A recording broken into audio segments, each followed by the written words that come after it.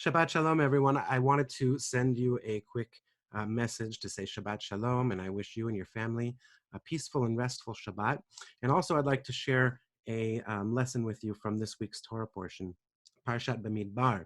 And this Torah portion comes the very week where I have received and filled out and returned all of my census information and questions for the 2020 census. And it's interesting and kind of exciting that in this very week, we read about another census, one that took place in the Torah, in the book of Bamidbar, in the very beginning of the book of Numbers. And I'm going to share that with you here. And here you see, at the very beginning of the book of Numbers, God says to Moses, Se'u et rosh kol adat b'nei Yisrael. Take a census of the whole Israelite community by the clans of its ancestral houses and name each one of them. And so God commands Moses and Aaron to take a census of the people, specifically those of military age, and to record who they are and where they're from and so on.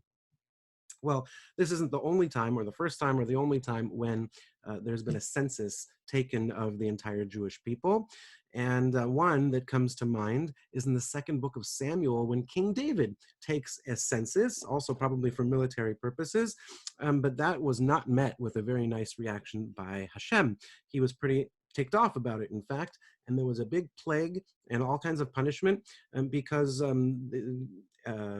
David took this census that was not commanded by God. So the question is, well, what's the difference? What's the difference between this census that God commands and that we count all the people of military age and the census that David took? Well, some people say, well, that's the difference, that God commanded it in this case. God never commanded it in that case.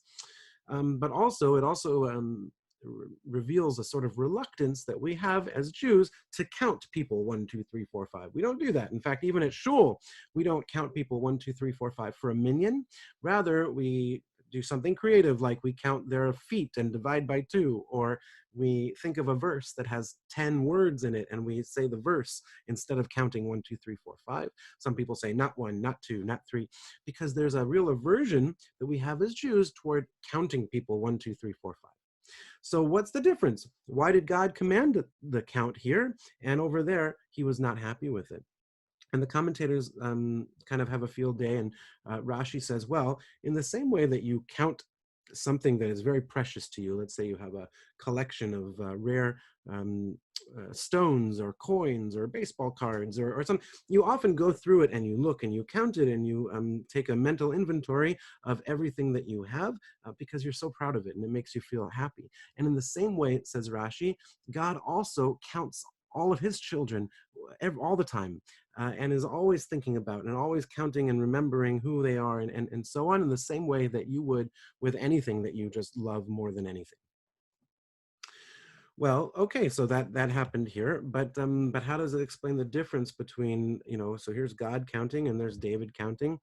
I'm sure David as king loved his people. So what's the difference? Well, says Ramban, in our case, in the book of Bamidbar, in our Parsha, the counting that was done, as we see, which takes up most of the Parsha, is done not 1, 2, 3, 4, 5, but rather counting who is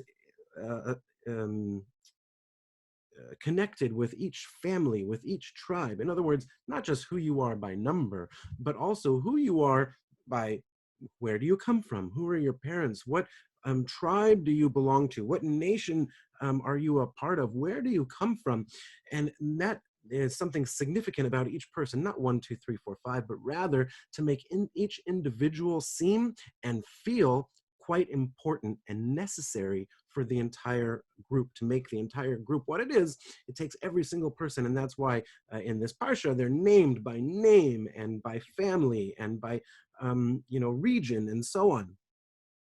Reminds me of kashrut. In the kosher world, we say that sometimes something, for example, if you have a big mixture of something that's kosher food, and something that's not kosher somehow gets inside of the mixture, Is the whole thing not kosher? Well, the answer is it depends, because we have this principle that if one small thing falls into a big mixture of stuff, gets all mixed up, then that small thing can become nullified. In other words, it's as if it doesn't exist. It's so small and insignificant, it's as if it doesn't exist. And we say that number generally is 1 in 60. So if there's less than 1/60th of something that's not kosher in the entire mixture of stuff that is kosher, then often that small part is nullified. It's as if it doesn't exist, and the whole mixture is still kosher. That doesn't apply in a few cases. And one case when that doesn't apply is by when we're dealing with something that is counted by number. For example, eggs. The Talmud gives the example. When you buy eggs, you don't buy, a bag of eggs, you buy a dozen eggs. When you buy a dozen eggs, you expect that there be 12 eggs and not 11 and not 10, because each individual egg is important. Right? So things that are individually important, such as eggs, can never be nullified because each one is significant, right? When you buy eggs, you buy a dozen. You buy 12 eggs, you wouldn't be satisfied with fewer than 12 eggs or around 12 eggs. You want a dozen. So those things can never be nullified in any amount of mixture because they're significant in and of themselves. And that, says Ramban, is the message of this week's Torah portion, and why God commands, why it's kosher for God to command this census, because he's going over his children, right? Who each one is important. And not only do we count 1, 2, 3, 4, 5, we count by name and by family and so on and so on, the way, and that every single one is significant and important, just like in kashrut. The eggs can never be nullified, or whatever it is that's counted by number can never be nullified.